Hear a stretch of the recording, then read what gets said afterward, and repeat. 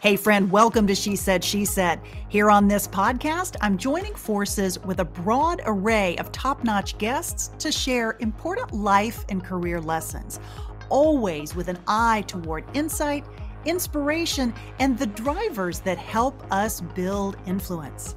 I've spent 3 decades studying and learning the art of influence. Whether you're starting a business, raising money for a cause, advocating for a promotion, or running your own household, understanding influence will increase your chances of success, whatever your goals may be. Listening to She Said podcast may just be the smartest, most efficient investment you can make in you. Hey, friend, welcome to the podcast. This week, I wanted to reflect with you on something that I've been thinking a lot about: story. We've heard from some amazing storytellers on this podcast, and we've talked about the impact understanding and mastering the power of story can have as we think about building and sustaining influence. But another element strikes me as critical. It's not just the story. It's the edits we make to our story as we evolve. Which parts do you keep and which parts do you let go? Ever have an idea that captures your attention and then pops up over and over and over again in interesting ways? I find that this happens when I learn something new that really sticks with me, and then I feel like the universe keeps serving it up again and again in new ways. Do you ever have that happen? It happened to me recently, really around this idea of editing our stories. Our stories, especially the ones we tell ourselves, are such a critical part of how we view ourselves and how we believe that we fit into the world around us. These stories matter. In fact, we may be our own most important and influential audience. That little voice that lives inside your head, she can be a harsh critic, but she can also be an active audience member. This was a topic in my conversation with author and professional storyteller Kendra Hall in episode 166. And the topic is also the subject of her soon-to-be released new book, which I'm really excited about. It's called Choose Your Story, Change Your Life. This idea of the stories we tell ourselves is also a direct tie into the concept of mindset. How we think about the experiences we're having and have had, and how we frame them, how we reflect on them and remember them, and ultimately use them going forward. When we tell ourselves things like we're not capable, or when we tell ourselves it's never been done before, so why try? When we tell ourselves we're not good enough, what's the impact of all of those negative thoughts versus what happens when we tell ourselves, it's never been done before, so why not try? Or when we think about why do this because I'm destined to fail versus I'm going to try because what I learn will help me improve the process going forward. Then, in my conversation just last week with Dr. Samantha Boardman in episode 167, Samantha talks about this idea of being willing to be the un-you, meaning to reframe the way you're thinking about an experience in order to aspire to become the person that you hope to be. Now, to be clear, she's not saying to fundamentally change who you are, but instead be willing to aspire to something different in the interest of personal growth and in the interest of getting out of your comfort zone. And if you listened to our conversation, you'll also recall that she used this technique to deal with self-doubt she was having around public speaking. She did something very clever. She would channel her inner Barbara Walters, famous former journalist Barbara Walters, and Samantha would think to herself, what would Barbara do in this moment? Samantha would even write a little BW on every page of her script to remind her of what she was aspiring to. She wasn't delusional and she didn't think she was trying to be Barbara Walters, but instead was trying to channel those traits that would help her build strength and confidence in that moment. Samantha also shared a story about being a young medical student and being asked by her professor, "What is the purpose of therapy?" She answered, "To change our present." "Wrong," he said. She thought, "To change our future?" "Wrong again," he said. The answer, the professor told her, was to change your past, to essentially rewrite the story that you've been telling yourself, especially when that story's not serving you well. Now, this is a technique that's used all the time in therapy, and it's a great one to really focus on for this conversation. Samantha talks about this a lot in her book as well, but it really got my attention. And I started digging a bit more deeply into this idea of the stories that we tell ourselves. It's not just about telling our stories. It's also about editing and deciding which parts to keep and which ones to let go of. It's also about reframing, changing the way we think about what happened. Was I a victim in this situation? Or was the experience something that is setting me up for something bigger, preparing me for something that I hadn't expected? Bottom line, we can choose the story. Then last week, I moderated a panel as part of an amazing organization that I'm privileged to be part of. It's called the Policy Circle. It's a collaborative women's professional and personal development group that's focused on empowering women to build their confidence by learning civic engagement and by digging into issues that impact our communities. I've included a link in the show notes for this episode if you want to learn more. The group held its annual summit, and I was delighted to host a conversation about the power of our stories. I started thinking about my own story and evolution and how, in some ways, a career evolution like mine is like writing a new script for yourself. You can take the pieces that make sense and from which you've learned and utilize them very differently than you might have originally imagined. In thinking about my own story, the idea of influence, which I focus on in this podcast, has always intrigued me. What are the building blocks? Thinking about this and learning about it has been a big part of my life for 3 decades, really my entire career. Way back when I was working in my first big job after college as a press secretary on Capitol Hill, when I was shaping how policy stories and stories about the senators that I worked for would be written, and then later as a corporate lobbyist and representing the interests of a global accounting firm, understanding influence, seeing it done well, and frankly, not so well, and thinking about the times when I've really mastered it and then times when I could have done better. All of those experiences have culminated to this point where I can share what I hope is a thoughtful perspective and use that knowledge to help others. I'm hoping that as you listen to this podcast, this perspective is helpful as you think about your own journey and your own influence. I was thinking about all of this as I prepared for my panel at the Policy Circle, and I was struck by yet another interesting element.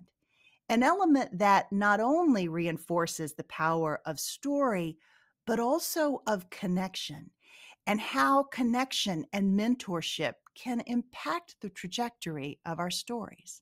Not just the trajectory of our stories, but also how we think about them, the way we edit them, and even the way we might envision our lives going forward. I was joined on stage by two amazing women, Jenna Lee, who is the founder of Smart Her News, who will join me on She Said podcast soon. If you're not familiar with Smart Her News, I've included a link in the show notes for this episode, and I urge you to check it out. It's really brilliant. And then the Policy Circle founder, Sylvie Legere. Sylvie actually joined me on my very first episode of She Said podcast. She is a great friend. She also happens to be the person who encouraged me to start a podcast in the first place.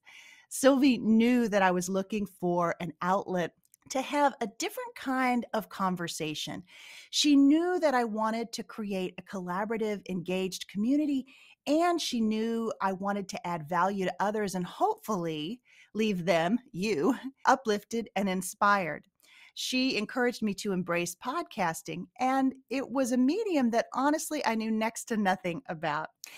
That matters because Sylvie saw aspects of my story that I could use to revise my own narrative. She saw and she helped me see how a podcast could enable me to use my existing knowledge, experience, and my story, and to share those things in ways that might help me reach a broader audience, and to collaborate with others and to really challenge myself in a new way. Now, fast forward almost 4 years to the day from when she called me and said, "Hey, you need to start a podcast." And today I have that successful podcast, which is now growing into a larger media platform. But Sylvie's nudge and her mentorship to me helped me revise my story, and she helped me see it differently, essentially enabling me to redeploy those things that I knew, but in a new and different way. Now, since that time, my friend Sylvie has herself embraced the power of story in a new way to tell her own story and to share her journey of starting the Policy Circle. She talks about how the act of writing her story pushed her to embrace her vulnerability as a new author, something that she had to do in order to fully share what she had learned in an effort to help and inspire others. Now, Sylvie's book is called Trust Your Voice, a roadmap to focus on influence. And I know we're going to be talking more about that in a future podcast. But as I thought about all of this last week, it struck me that when we're learning and growing, we're always editing and revising our stories.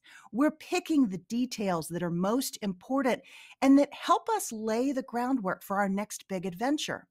We're pulling those threads that make us who we are and that help us become better versions of ourselves, even and especially when those threads include mistakes we've made, our failures, those times when we let ourselves and others down, perhaps.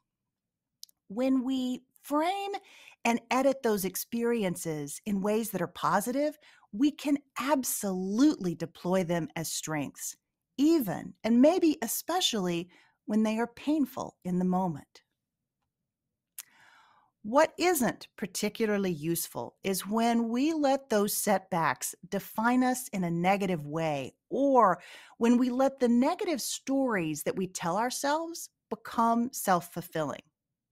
Said another way, beliefs become actions, and actions can determine our destiny. The trick is to become more self-aware about the stories that live in our heads, including the ones that you may not be as consciously aware of. You can increase your self-awareness by doing things like journaling, one of my personal favorites, and by working to become more aware of those moments when you feel at your best and when you don't. Those feelings that impact how you approach a new challenge and how you think about yourself as a result. But it's really important to learn to edit those things about your story that are not serving you well. When I first bought my podcast microphone and sat down to record for the first time, I thought, what in the heck am I doing? What do I know about podcasting? Practically nothing was the answer, as I've already mentioned. And those first few episodes are evidence enough of that fact. But what became clear to me very quickly was that while many of the technical aspects of podcasting were new to me, there were many other aspects of this work where I saw how I could use what I knew and what I was good at to create content that could be useful to you. I saw how I was able to draw from experience and knowledge gained over a long career and use it differently. I saw how I could take my ability to put others at ease in a conversation and build a rapport and use that. I also saw how what I had learned about building influence could be shared to help others. That last point is perhaps the most important. Rewriting my story enabled me to evolve and create a new passion, and that passion motivates me to share what I've learned, but also to challenge myself and hopefully you too. Those are the things that still keep me coming back to the mic, even when I feel unsure or when self-doubt inevitably bubbles up, because it does for all of us.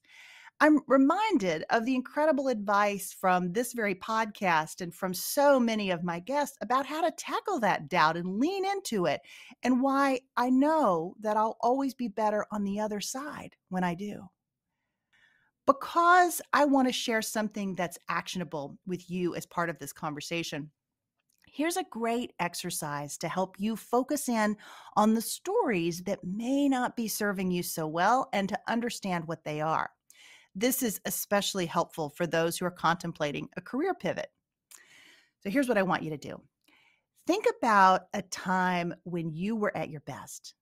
Those times when the work you were doing or the project you were tackling were leaving you challenged and fulfilled and able to really tap into what felt like your true gifts and your strengths. Maybe even a time when you were exhausted, but you felt more filled than you felt depleted. Then think about those times when that wasn't the case. Also, think about those topics that have always inspired you. Maybe it was in your way back as a kid, something you might not have thought about for a while. You might even ask friends and family and mentors for their input on this question as well. What do they remember really resonating with you as a kid? Then next, look at your journey thus far. Think about how you define yourself and your work today.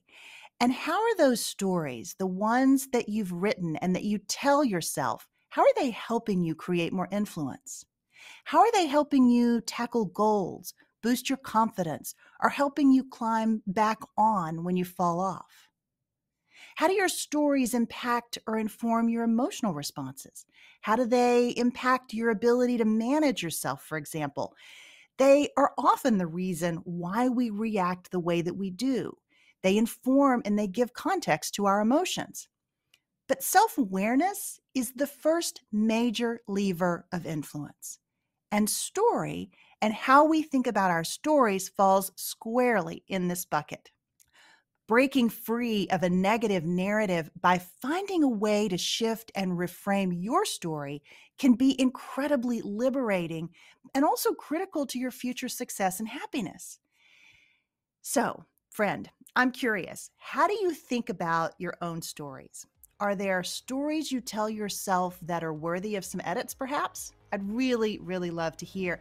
And I'd love to hear what's resonating with you as we continue to dig into this topic of influence. As always, friend, I hope you found this little investment of your time worthwhile. I'd love to have your feedback.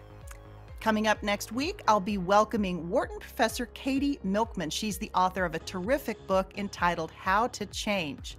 Friend, I am delighted that you joined us today, and I'd love to hear what you thought of this or any of our She Said podcast episodes. You can send me an email via the contact link on our website at shesaidpodcast.com, or message me on Instagram, Facebook, LinkedIn, or Twitter. I would love to hear from you. Until next week, take care.